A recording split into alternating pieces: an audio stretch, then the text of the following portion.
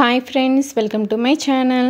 ఈరోజు వీడియోలో road side tiffin centre వాళ్ళు బండి మీద ప్రిపేర్ చేసే ఎర్రకారం దోశని ఇంట్లోనే ఎలా ప్రిపేర్ చేసుకోవచ్చు ఒరిజినల్ సీక్రెట్ రెసిపీని మీకు చూపించబోతున్నాను. వీడియోని స్కిప్ చేయకుండా చివరి వరకు చూసి నేను చూపించబోయే ఈ ఎగ్ దోశని మీరు కూడా తప్పకుండా ట్రై చేయండి. ఇక ఏమాత్రం ఆలస్యం చేయకుండా టిఫిన్ సెంటర్ వాళ్ళు ప్రిపేర్ చేసే ఈ ఎర్రకారం ఎగ్ దోశని ఇంట్లోనే ఎలా ప్రిపేర్ చేసుకోవచ్చో వీడియోలోకి వెళ్ళి చూసేద్దాము. ఫస్ట్ మనం దోశల పిండిని ప్రిపేర్ చేసుకోవడం కోసం ఇలా ఒక గిన్నెని తీసుకొని 2 కప్పుల వరకు దోశల బియ్యాన్ని వేసుకోండి.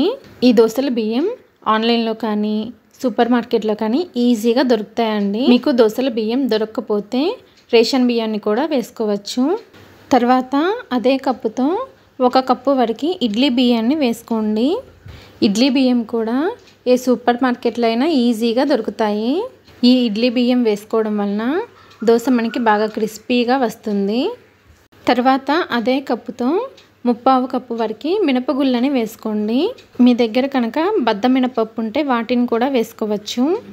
తర్వాత దీనిలోకి దోశ మంచి టేస్టీగా రావడం కోసం 2 టేబుల్ స్పూన్ల పచ్చిశనగపప్పుని 1 టేబుల్ స్పూన్ కందిపప్పుని వేసుకోండి.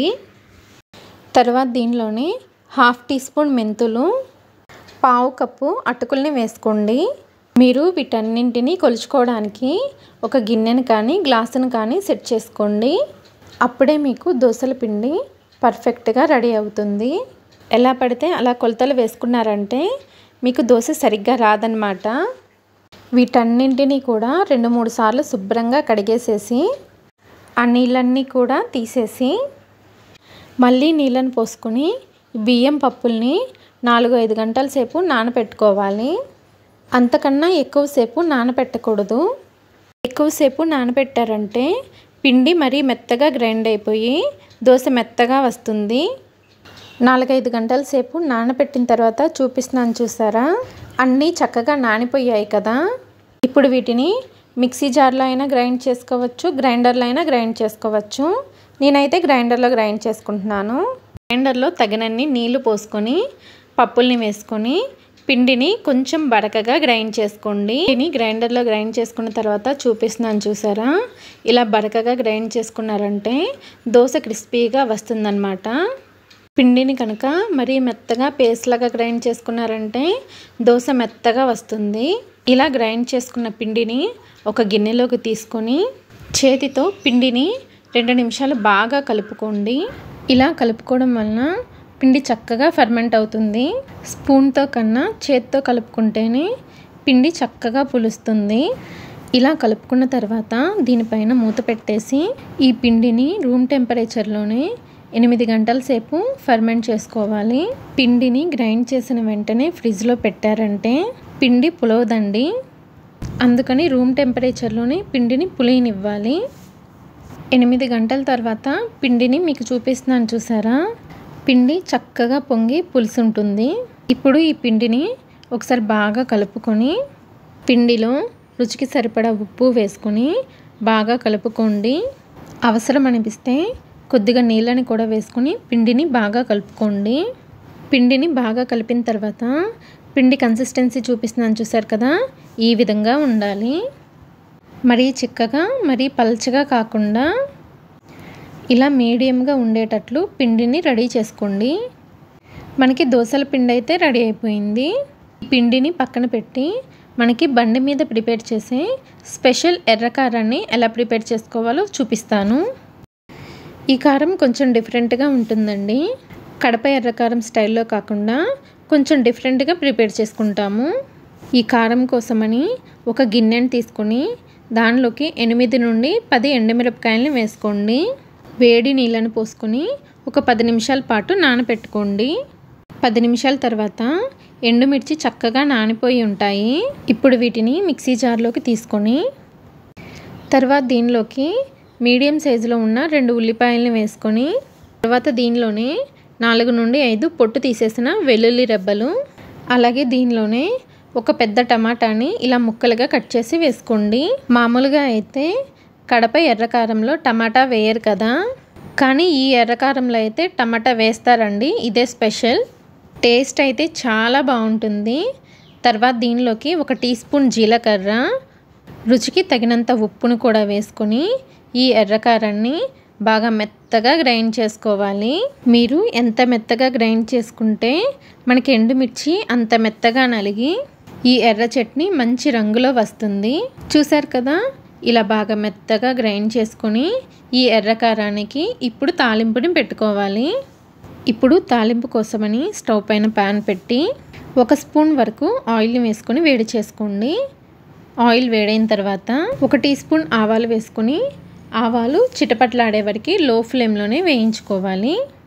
ఆవాలు చిటపట్లాడేటప్పుడు 1 రెమ్మ వరకు కరివేపాకు వేసుకొని కరివేపాకు క్రిస్పీగా అయ్యేంతవరకు వేయించుకోవాలి. తాలింపు చక్కగా ఇలా వేగిన తర్వాత మనం ముందుగా గ్రైండ్ చేసుకున్న ఈ ఎర్రకారాన్ని ఈ తాలింపులో వేసేసుకొని ఎర్రకారాన్ని కలుపుకుంటూ లో టు మీడియం ఫ్లేమ్లో ఆయిల్ సపరేట్ అయ్యేంత వరకు వేయించుకోవాలి. ఎర్రకారాన్ని ఇలా ఉడికించుకున్నారంటే నెల రోజుల పాటు నిల్వ కూడా ఉంటుంది. పూర్తిగా చల్లారిన తర్వాత ఎర్రకారాన్ని ఫ్రిడ్జ్లో పెట్టుకున్నారంటే నెల రోజుల పాటు ఎప్పుడు కావాలంటే అప్పుడు సర్వ్ చేసుకోవచ్చు. చూసారా, 4-5 నిమిషాలకి ఆయిల్ ఇలా సపరేట్ అవుతూ ఉంటుంది. అలాగే ఎర్రకారం కన్సిస్టెన్సీ కూడా ఇలా కొంచెం దగ్గరగా అవుతుంది. ఇప్పుడు స్టవ్ ఆఫ్ చేసేసి ఈ ఎర్రకారాన్ని రెడీగా పక్కన పెట్టుకోండి. మనకి దోసల పిండి రెడీగా ఉంది, ఎర్రకారం కూడా రెడీ అయిపోయింది. ఇక లేట్ చేయకుండా దోశని ప్రిపేర్ చేసేసుకుందాము. దోశలు వేసుకోవడానికి స్టవ్ పైన పెనాన్ని పెట్టి పెనాన్ని హై ఫ్లేమ్లోనే బాగా వేడి చేసుకోండి. పెనం బాగా వేడైన తర్వాత కొద్దిగా నీళ్ళని చిలకరించుకొని పెనాన్ని టిష్యూ పేపర్తో కానీ కాటన్ క్లాత్తో కానీ క్లీన్ చేసేయండి. ఇలా చేయడం వలన దోశల పెనం నార్మల్ హీట్కి వచ్చి దోశ మంచి క్రిస్పీగా వస్తుంది. ప్యాన్ని ఇలా క్లీన్ చేసిన తర్వాత మంటని లో ఫ్లేమ్లో పెట్టుకొని మనం ప్రిపేర్ చేసిన ఈ దోశల పిండిని ప్యాన్ పైన 1 నుండి 1.5 గరిటెల వరకు వేసుకొని వీలైనంత పల్చగా దోశని స్ప్రెడ్ చేసుకోండి. దోశని ఇలా స్ప్రెడ్ చేసుకున్న తర్వాత మంటని వెంటనే మీడియం ఫ్లేమ్లోకి పెట్టుకొని దోశ పైన పిండి తడి ఆరేంత వరకు ఉడికించుకోవాలి. దోశ పైన తడి అంతా ఆరిపోయిన తర్వాత మనం ప్రిపేర్ చేసిన ఈ స్పెషల్ ఎర్రకారాన్ని 1 టేబుల్ స్పూన్ వరకు వేసుకోండి. 1 లేదా 2 కోడిగుడ్లని ఇలా పగలకొట్టి వేసేసుకోండి. ఎర్రకారాన్ని స్పూన్తో కలుపుకుంటూ దోశ అంతా ఈవెన్గా స్ప్రెడ్ చేసుకోండి. ఎర్రకారాన్ని ఇలా స్ప్రెడ్ చేసుకున్న తర్వాత దోశ పైన 1 స్పూన్ వరకు నూనె కానీ నెయ్యిని కానీ వేసుకోండి. తర్వాత దోశని మీడియం ఫ్లేమ్లోనే కాల్చుకోవాలి. దోశ ఒకవైపు కాలిన తర్వాత నిదానంగా రెండో వైపు కూడా తిప్పుకొని దోశని కాల్చుకోవాలి. దోశని రెండో వైపు తిప్పిన తర్వాత ఎక్కువసేపు ఫ్రై చేసుకోకండి. దోశని కనుక రెండో వైపు ఎక్కువసేపు ఫ్రై చేసుకున్నారంటే ఎగ్లో ఉన్న మాయిశ్చర్ అంతా పోయి దోశ ఎండిపోయినట్లు వస్తుంది. రెండో వైపు ఒక 30 సెకండ్లు కాల్చుకొని దోశని ప్లేట్లోకి తీసేసుకోండి. ఇదే విధంగా మీకు ఎన్ని దోశలు కావాలంటే అన్ని దోశలను వేసేసుకోవచ్చు. అయితే ప్రతిసారి కూడా దోశ వేసుకునే ముందు దోశల పెనం మీద నీళ్ళని చిలకరించుకొని పెనాన్ని క్లీన్ చేసిన తర్వాత మాత్రమే దోశను వేసుకోండి. అప్పుడే మీకు దోశలన్నీ కూడా పర్ఫెక్ట్గా వస్తాయి. ఇలా ప్రిపేర్ చేసిన ఈ దోశల్ని పల్లీ చట్నీతో కానీ మీకు నచ్చిన ఏ చట్నీతో అయినా సర్వ్ చేసుకోవచ్చు. దోశలు అయితే క్రిస్పీగా టేస్టీగా చాలా బాగున్నాయండి. తప్పకుండా మీరు కూడా ట్రై చేయండి. ఈ దోశల రెసిపీ కనుక మీకు నచ్చినట్లయితే నా ఛానల్ని లైక్ చేసి షేర్ చేసి సబ్స్క్రైబ్ చేసుకోండి. ఈ వీడియోని మీ ఫ్రెండ్స్కి రిలేటివ్స్కి షేర్ చేయండి. Thanks for watching.